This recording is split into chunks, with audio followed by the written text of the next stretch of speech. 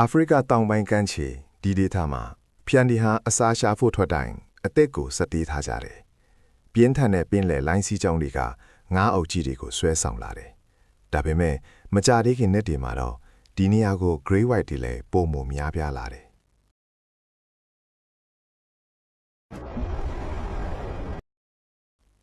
Grey White တွေဟာလေးမကျွမ်းကျင်တဲ့မုတ်ဆိုးတွေဖြစ်ပြီးဖုံးကွယ်နိုင်တဲ့မြအရာအလုံးကိုအသုံးချတတ်ကြတယ်။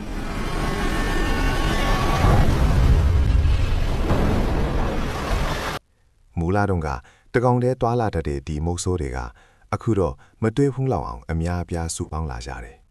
။ဖျန်တွေဟာလေးမြန်းလှူရှားနိုင်ပေမဲ့ Grey White တွေကစိတ်ရှည်ရှည်နဲ့စောင့်နိုင်တယ်။လမ်းပိတ်ခံရတဲ့အခါဖျန်တွေကကြောက်ခဲထူထပ်ပြီးချွန်းထက်တဲ့ကမ်းရှင်နာမှာနီးကပ်နေကြတယ်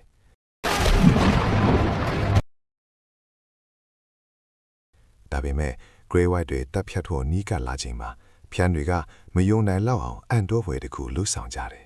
။သူတို့အလုံးစုပေါင်းပြီးရန်သူကိုပြန်လဲတိုက်ခိုက်ကြတယ်။ပိုများလာတယ်လို့ယုံကြည်မှုတွေတိုးလာတယ်။အခြေအနေကပြောင်းလဲလာတယ်။အယူရဲအတွက်အားတန်အုပ်စုကြီးက